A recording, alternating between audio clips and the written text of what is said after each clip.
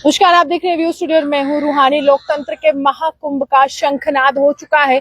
लगातार सियासी घराने जो तैयारियों में जुटे हुए थे, आज परिणाम का दिन है। आज तमाम लोग ये बताने की कोशिश करेंगे कि आखिरकार जो तैयारियां उन्होंने की थी, जिस तरह से उन्होंने वादे किए थे, दावे किए थे, क्या जनता के दिल में वो घर कर गए हैं या नहीं कर गए हैं। लेकिन कुछ देर पहले मेरे सहयोगी अरुण जी ने आपको पोलिंग बूथ की तस्वीरें दिखाई, तो वहीं यहाँ पर भाजपा के कुछ नेता व कार्यकर्ता मुझे मिले। तो चलिए इनसे जानते हैं कि आखिरकार भाजपा पहली पसंद क्यों बने और डॉक्टर जितेंद्र सिंह को वोट क्यों करना चाहिए। सर, क्या नाम है आपका? रामलाल खजूरिया। किसके लिए आए हैं? डॉक्टर जितेंद्र सिंह के लिए आए हैं। डॉक्टर जितेंद्र सिंह। लेकिन क्यों वोट करना चाहिए? 100% बोल रहा है। क्या किया क्या उन्होंने खास? उसने बहुत काम किया, सड़कें बनाई हैं, ठेले बनाई है और लोगों को फ्री अनाज दिया है और आयुष्मान कार्ड दिए हैं और सब सूटें जो उनकी जो स्कीमें हैं सभी उनको। अच्छा, आपसे जानना चाहूंगे, आपका क्या नाम है सर? मदन लाल जी। मदन जी, डॉक्टर जितेंद्र सिंह ही क्यों? हाँ जी, हम वोट दे रहे हैं मोदी जी को, तो आता तो डॉक्टर जितेंद्र सिंह को है। मोदी सांसद की बात है, जिम्मेदारी आप लोगों के हाथ में। 5 साल के बाद ये मौका आएगा। हाँ, काम किया है उन्होंने। क्या काम किया? बहुत किया है। सड़कें, एक्सप्रेस वे बना है, जल शक्ति जल मिशन, घर घर में नलका पहुंचा रहे हैं, हर काम कर रहे हैं। उसके लिए सड़कें बनवा रहे हैं और रोड खुले तंग से खुले हो रहे हैं। सब कुछ हो रहा काम इसमें ज्यादा। लेकिन आप मोदी जी को ही देख रहे हैं। हाँ, मोदी जी को देख रहे हैं हम। लेकिन जितेंद्र सिंह को नहीं। नहीं, जितेंद्र को भी देख रहे हैं। मोदी के पीछे जितेंद्र सिंह है, दोनों तो है, लेकिन हम इसलिए वोट दे रहे हैं। काम हो रहे हैं हमारे इधर, काम हो रहे हैं, बहुत काम हो रहे हैं। लेकिन कांग्रेस तो कहती है कुछ काम हुए नहीं है। नहीं, क्यों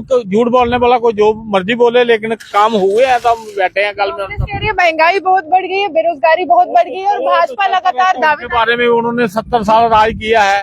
उन्होंने भी तो 70 साल राज किया है ना। अपना तो सभी प्रोपेगेंडा। 70 पूरा करने वाले हैं। हाँ, करेंगे बाकी हमारे वीडियो। अच्छा, आपसे मैं जानना चाहूंगी, आपका क्या नाम है? मैं रामदयाल शर्मा, महामंत्री हूँ। मैं रिटायर्ड बीडी हूँ। तो मैं मीडिया के माध्यम से कुछ बातें करना चाहता हूँ। जो आप मुझे पूछेंगे मैं उसका माकूल जवाब दूंगा। आप पूछे मुझे। डॉक्टर जितेंद्र सिंह पहली पसंद क्यों? डॉक्टर जितेंद्र सिंह पहली दफा जब हमने उनको बीजेपी का सांसद बनाया तो उसने बहुत भारी तब भी काम किए थे। जो बचे थे दूसरी दफा किए। अब जो बचे हैं ये पीएमओ हाउस बैठे हैं, बड़ी भारी जिम्मेवारी इनको दी है मोदी साहब ने। लेकिन लोग तो ये कहते हैं, जो स्थानीय लोग कहते हैं, ये तो भाजपा के नेता कह रहे हैं ना काम के। स्थानीय लोग कहते हैं कि डॉक्टर साहब तो दिखे ही नहीं 5 सालों में। आते थे, वो आते थे। जो लोगों का बहाना होता है, जो अपोजिशन पार्टी होता है, इनको एक बहाना चाहिए, वो नहीं आते। वो इतनी पोस्ट पर बैठे हैं। उनको 5 स्टेटें उनको दक्षिण हिंदुस्तान की भी दी गई हैं, लेकिन बीच में वो चक्कर लगाते रहे। और जो उन्होंने काम किया पीएम हाउस में बैठे, इतने प्रोजेक्ट्स डोडा में दिए, कठुआ में ये, तो बहुत भारी। रोजगार कितनों को दिया? रोजगार कोई लिस्ट है, कोई आंकड़ा है? लिस्ट तो नहीं है, लेकिन काम काफी किया उन्होंने। रोजगार भी दिए हैं, फैक्ट्री में लगाई है। आप कठुआ में भी उन्होंने फैक्ट्री लगाई है।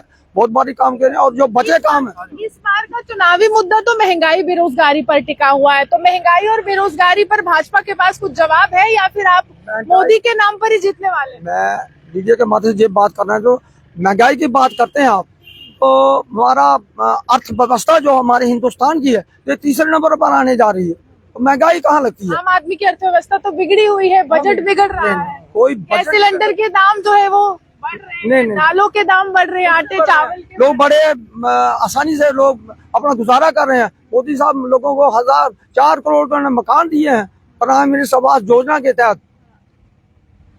तो आपको लगता है कि मोदी है तो इस बार भी मुमकिन है डॉक्टर जितेंद्र सिंह? मोदी है तो मुमकिन है, ये तो हमारा स्लोगन है। लेकिन जितेंद्र सिंह को हमने वोट देना है और मोदी साहब को जाना है।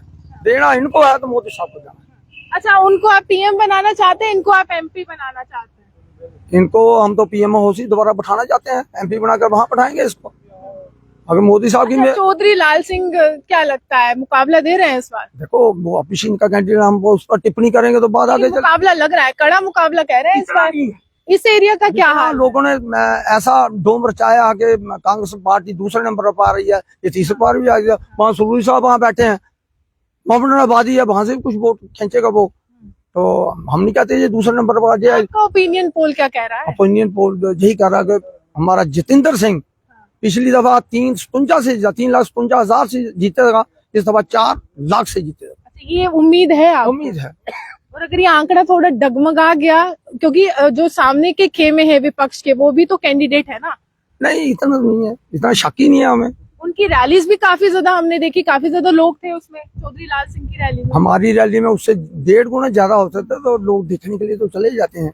जब भी कुछ बोलते होंगे तो लोग चले जाते हैं कुछ होने। लेकिन वोट जो है वो हमारे स्टेशन में देखिए आप, हमें पूरी, मेरे 2 स्टेशन जहाँ 90% वोट इनको मिलेगा बीजेपी को। ओ जितेंद्र सिंह जीतेगा। अच्छा, आप बता दीजिए। जी, मैं सबसे राधेश्याम खजूरिया। पहली पसंद डॉक्टर जितेंद्र सिंह है आप? बिल्कुल पहली और आखिरी डॉक्टर। आखिरी भी? आप ये कह रहे हैं कि इसके बाद कोई और चाहिए ही नहीं, यही व्यक्ति चाहिए चौथी बार भी? नहीं नहीं, चाहिए तो है ही है। देखो, मोदी के पीछे जितेंद्र सिंह छोड़ के कोई भी पार्टी का कैंडिडेट। अच्छा, ये मान लिया, जैसे जैसे कांग्रेस कहती है ना कि मोदी जी सबकी नैया पार लगा रहे हैं, तो डॉक्टर जितेंद्र सिंह की भी नैया मोदी जी पार लगा रहे हैं, यानी कि डॉक्टर जितेंद्र सिंह खुद कुछ नहीं है, मोदी जी के नाम पे ही आप कह रहे हैं? ये आप कह रहे हैं ना डॉक्टर जितेंद्र सिंह कुछ नहीं है। डॉक्टर लेकिन आपने कहा ना मोदी जी के नाम पर कोई भी आ जाएगा। आपके, मेरा कहने का मतलब है कि मोदी जी को ऑटोमेटिकली मजबूती मिलेगी जब हम जितेंद्र सिंह को भेजेंगे। लेकिन जितेंद्र सिंह एक ऐसा कैंडिडेट है जिसने JNK स्टेट में पता क्या क्या किया है। बताइए बताइए। सबसे पहले JNK स्टेट की नहीं, पूरे हिंदुस्तान की बात सुनो। जो टेररिज्म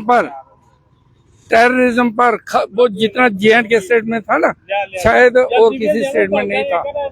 आज हिंदुस्तान के लोग और खासकर जम्मू कश्मीर के, और जम्मू कश्मीर के से भी बढ़कर कश्मीर के, तभी तो भाजपा ने कश्मीर में अपना कैंडिडेट नहीं उतारा। विश्वास है एक भी कैंडिडेट इलेक्शन ही नहीं लड़ रहा है भाजपा का। देखो, भाजपा कैंडिडेट उतारे नहीं उतारे, हम स्टेट के लोग हैं ना, स्टेट के लोग हैं ना, हम जाते हैं कश्मीर में भी, जम्मू में भी रहते हैं, हमें क्या महसूस होता है, हम वो बता रहे हैं आपको। टेररिज्म पर क्या आपको नहीं पता है कितना चेक हुआ है? 95% में हम 370 हटने के बाद कुछ फायदा हुआ? बिल्कुल यहाँ के इलाकों को 370 नहीं हटाते तो ये हालात थोड़े काबू होते थे।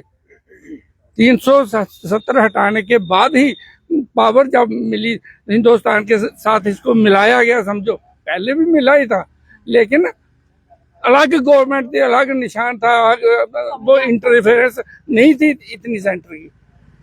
जब से 370 हटी है तब से डेवलपमेंट में, मेरे ख्याल में और किसी स्टेट की, अगर और किसी स्टेट को आपने आंकड़े गिनाए हैं, चौधरी लाल सिंह की हार समझे, GM सरूरी की हार समझे, आप लाल सिंह कहाँ मुकाबले में है? आप क्या समझते हो उसको? देखो, आप देखते हो, आप लोग देखते हो भीड़ कितनी है। लोग वोटर पता क्या करता है, वो भीड़ में उसके भी में चले जाएगा, इनकी में भी चले जाएगा। वोटर ने 2 महीने पहले से मन बनाया है, जब से नोटिफिकेशन निकली है। वोटर अपने अपने घर में मस्त है, तमाशा देखने वो चले जाते हैं हर रैली में, लेकिन वोट जहां जाना वो पहले से ही डिसाइडेड है। देखिए, साफ तौर पर यहाँ पर चुनावी समीकरण ये कह रहा है कि जितेंद्र सिंह ने जो बनाया ना, थोड़ा सा हाँ विकास के कार्य में, जितना मेरे ख्याल में, अगर ओवरऑल गवर्नमेंट के बारे में मैं बताऊं तो जितना 70 साल में विकास हुआ है ना, उससे दोगुना इन 10 सालों में हुआ है। ये है ओवरऑल गवर्नमेंट की। और जितेंद्र सिंह के बारे में, मैं JNK स्टेट में अभी तक कोई निशान नहीं दिखता है। जो लाल सिंह चौधरी भी हमारा पहले MP रहा है, और कांग्रेस के भी रहे हैं बहुत से। मेरी उम्र अब 70 साल हो गई है, हमने बहुत बार वोट किया, बहुत से MP चुन के भेजे हैं, लेकिन आज तक कोई निशान नहीं बता सकते हैं जो सेंट्रल गवर्नमेंट, मतलब जो काम सेंट्रल गवर्नमेंट के करने वाले थे। 10 साल में मैं कितने काम गिना सकता हूँ पता? पूरी स्टेट्स जो है ना हमारे हिंदुस्तान की, किसी भी स्टेट में इस टेन्योर में 3 एम्स किसी स्टेट को नहीं मिले हैं। JNK स्टेट को जम्मू अलग से, कश्मीर में अलग से, और लद्दाख में अलग से 3 एम्स मिले हैं, 3 IIT मिले हैं, 3 IIMs मिले हैं, जे एक्सप्रेस वे बन रहा है, रोड्स का तो बात ही रहने दो। रोड तो कोई जगह रही ही नहीं जहां कम्युनिकेशन नहीं हुई, और रोड्स की क्वालिटी कैसी बनी है। मैं ने आपको कहा कि मेरी उम्र 70 साल हो गई, मैंने कांग्रेस का भी रजीम देखा है।